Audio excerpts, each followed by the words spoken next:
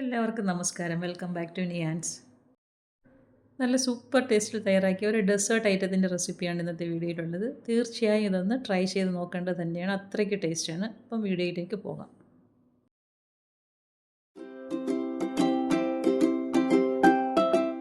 ഇത് തയ്യാറാക്കുന്നതിന് വേണ്ടി 1/4 കപ്പ് പാല് ഒരു ബൗളിലേക്ക് ഒഴിച്ചു കൊടുക്കാം. അതിലേക്ക് 1 ടേബിൾ സ്പൂൺ കസ്റ്റാർഡ് പൗഡർ ഇട്ട് കൊടുക്കാം. ഇനി ഒട്ടും കട്ടയില്ലാതെ നന്നായിട്ട് ഇതിനെ ഒന്ന് ഇളക്കി യോജിപ്പിച്ചെടുക്കാം. കസ്റ്റർഡ് പൗഡർ എടുക്കുമ്പോൾ നല്ല കളറുള്ള പൗഡർ നോക്കി എടുക്കണം. അപ്പോഴാണ് ഈ ഡെസേർട്ടിന് നല്ലൊരു കളറൊക്കെ കിട്ടുന്നത്. അപ്പോൾ ഈ ഒരു രീതിയിൽ ഒട്ടും കട്ടയില്ലാതെ നന്നായിട്ടൊന്ന് മിക്സ് ചെയ്തെടുക്കാം.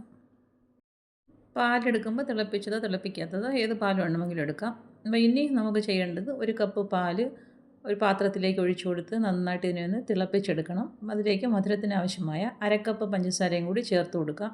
ഇനി പഞ്ചസാര നന്നായിട്ടൊന്ന് മെൽറ്റാക്കി എടുക്കാം. പിന്നീട് പാല് നന്നായിട്ട് ഇതേപോലെ ഒന്ന് തിളച്ച് വരുമ്പോൾ നമ്മൾ നേരത്തെ മിക്സ് ചെയ്ത് വെച്ചിരിക്കുന്ന കസ്റ്റാർഡ് മിൽക്ക് ഇതിലേക്ക് ഒഴിച്ചു കൊടുക്കാം. ഇനി നന്നായിട്ട് ഇതിനെ ഒന്ന് തിക്കാക്കി എടുക്കണം. ഈ കസ്റ്റാർഡ് മിൽക്ക് ഒഴിച്ചു കൊടുത്ത് പാല് തിളച്ച് വരുമ്പോൾ തന്നെ നന്നായിട്ട് ഇതിന് തിക്കായി വരും. അപ്പോൾ നല്ലൊരു രീതിയിൽ ഈ ഒരു പരുവത്തിലാകുമ്പോഴേക്കും ഇതിലേക്ക് കുറച്ച് കാഷ്യൂനട്ട് പൊടിച്ചതും കൂടി ചേർത്ത് കൊടുക്കാം. കാഷ്യൂനട്ട് പൊടിച്ചത് ഇട്ട് കൊടുത്ത് വീണ്ടും നല്ലതുപോലെ ഒന്ന് മിക്സ് ചെയ്ത് കൊടുത്ത് ഫ്ലെയിം ഓഫ് ചെയ്ത് അടുപ്പിൽ നിന്ന് മാറ്റാം. ഇനി ഇതിലേക്ക് വേണ്ടത് ബ്രെഡാണ്. ഒരു 6 പീസ് ബ്രെഡ് എടുത്ത് വെച്ചിട്ടുണ്ട്. അപ്പോൾ അതിൻ്റെ സൈഡെല്ലാം 4 വശവും ഇതേപോലെ ഒന്ന് കട്ട് ചെയ്ത് മാറ്റിക്കളയാം. സൈഡ് കട്ട് ചെയ്യുന്ന എടുത്ത് വെച്ചിരുന്നിട്ട് നമുക്ക് ബ്രെഡ് ക്രംസ് ആക്കി എടുക്കാം. അപ്പോൾ ഇനി ഈ ഒരു രീതിയിൽ രണ്ടായിട്ട് ഇതിനെ ഒന്ന് കട്ട് ചെയ്തെടുക്കാം. രണ്ടായിട്ട് കട്ട് ചെയ്തതിന് ശേഷം ഈ ഒരു രീതിയിൽ അതിനെ വീണ്ടും ചെറിയ ചെറിയ പീസസ് ആയിട്ട് 3ആയിട്ട് ഇതിനെ ഒന്ന് കട്ട് ചെയ്ത് മാറ്റാം. ബ്രെഡ് ഞാൻ ചെറിയ ചെറിയ സ്ക്വയർ ആയിട്ടാണ് കട്ട് ചെയ്തെടുത്തിരിക്കുന്നത്. വലിപ്പം നിങ്ങൾക്ക് ഇഷ്ടത്തിനനുസരിച്ച് ആക്കിയെടുത്തോളൂ. ബ്രെഡെല്ലാം ഈ ഒരു രീതിയിൽ കട്ട് ചെയ്തെടുത്തതിന് ശേഷം ചൂടായി കിടക്കുന്ന എണ്ണയിലേക്ക് ഇട്ട് കൊടുത്ത് നന്നായിട്ട് ഇതിനെ ഒന്ന് മൊരിയിച്ച് വറുത്ത് കോരിയെടുക്കണം.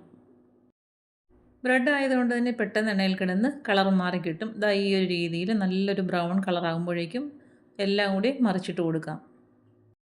ബ്രെഡ് നന്നായിട്ട് ഇതേപോലെ ക്രിസ്പി ആയി വരണം. അപ്പോഴാണ് ഡെസേർട്ടിന് ടേസ്റ്റ് ഉള്ളത്. അപ്പോൾ ഇതേപോലെ മറിച്ചിട്ട് കൊടുത്തതിന് ശേഷം വീണ്ടും ഇതേപോലെ നന്നായിട്ട് കളർ മാറി വരുമ്പോൾ എണ്ണയിൽ നിന്നും കോരി മാറ്റാം. ഇത്രത്തോളം മുരിഞ്ഞ് ക്രിസ്പി ആയിട്ട് കിട്ടണം. ഇനി അതേ പാത്രത്തിൽ തന്നെ ഒരു 2 നേന്ത്രപ്പഴം അരിഞ്ഞതിട്ട് കൊടുത്ത് ജസ്റ്റ് ഒന്ന് കളർ മാറ്റിയെടുക്കാം. ഇത് ബ്രെഡ് പോലെ ഒരുപാടങ്ങ് കളർ മാറി ബ്രൗൺ കളറൊന്നും ആകണ്ട. ജസ്റ്റ് ഒന്ന് വഴറ്റിയെടുത്താൽ മതിയാകും. ഇതുപോലെ ഒരു സൈഡ് ചെറുതായിട്ടൊന്ന് കളർ മാറി വരുന്ന സമയത്ത് തിരിച്ചിട്ട് കൊടുക്കാം. എല്ലാം തിരിച്ചിട്ട് കൊടുത്തതിന് ശേഷം പെട്ടെന്ന് തന്നെ എണ്ണയിൽ നിന്നും കോരി മാറ്റാം. പഴം ഇതേപോലെ പരുവായി വന്നിട്ടുണ്ട്. അതും പാത്രത്തിൽ നിന്നും എടുത്ത് മാറ്റാം.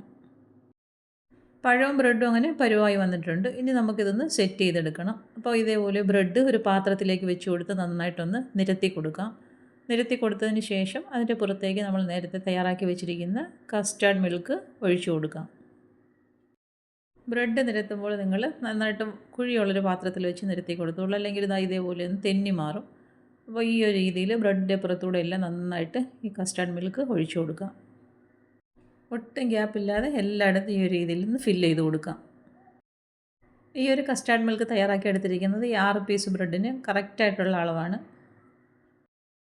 ഇങ്ങനെ ഒഴിച്ചു കൊടുത്തതിന് ശേഷം ഇനി നേരത്തെ വറുത്ത് വെച്ചിരിക്കുന്ന പഴം ഉണ്ടല്ലോ, അത് ഇതിൻ്റെ പുറത്തേക്ക് ഇങ്ങനെ നിരത്തി കൊടുക്കാം. ഈ ഒരു രീതിയിൽ എല്ലാ ഭാഗത്തും പഴം ഇങ്ങനെ നിരത്തി കൊടുത്തതിന് ശേഷം നമുക്കിത് കഴിക്കാൻ വേണ്ടി ഓരോ പീസസ് ആയിട്ടെടുത്ത് മാറ്റി വെച്ച് കഴിക്കാം. ബ്രെഡിൻ്റെ ക്രിസ്പിനെസ്സും പഴത്തിൻ്റെ സോഫ്റ്റ്നെസ്സും എല്ലാം കൂടി നല്ല സൂപ്പർ ടേസ്റ്റാണ് ഈ ഡെസേർട്ട്. മസ്റ്റായിട്ട് ഇതൊന്ന് തയ്യാറാക്കി നോക്കിക്കോളൂ. ഇതിങ്ങനെ ചെയ്ത് നോക്കി കഴിച്ചിട്ട് കമൻറ്റ് ചെയ്യൂ എങ്ങനെയുണ്ടെന്ന്. ഇത് കാണുമ്പോൾ തന്നെ അറിയാമല്ലോ എത്രത്തോളം ടേസ്റ്റി ആയിരിക്കുമെന്ന്. അപ്പോൾ തീർച്ചയായും ഇതൊന്ന് ട്രൈ ചെയ്ത് നോക്കൂ. ഇതുപോലെ കഴിക്കാൻ സമയമാകുമ്പോഴേക്കും ഇങ്ങനെ ഓരോ പീസസ് ആയിട്ട് എടുത്ത് വേറൊരു പാത്രത്തിലേക്ക് വെച്ച് കൊടുത്ത് നമുക്ക് കഴിക്കാം.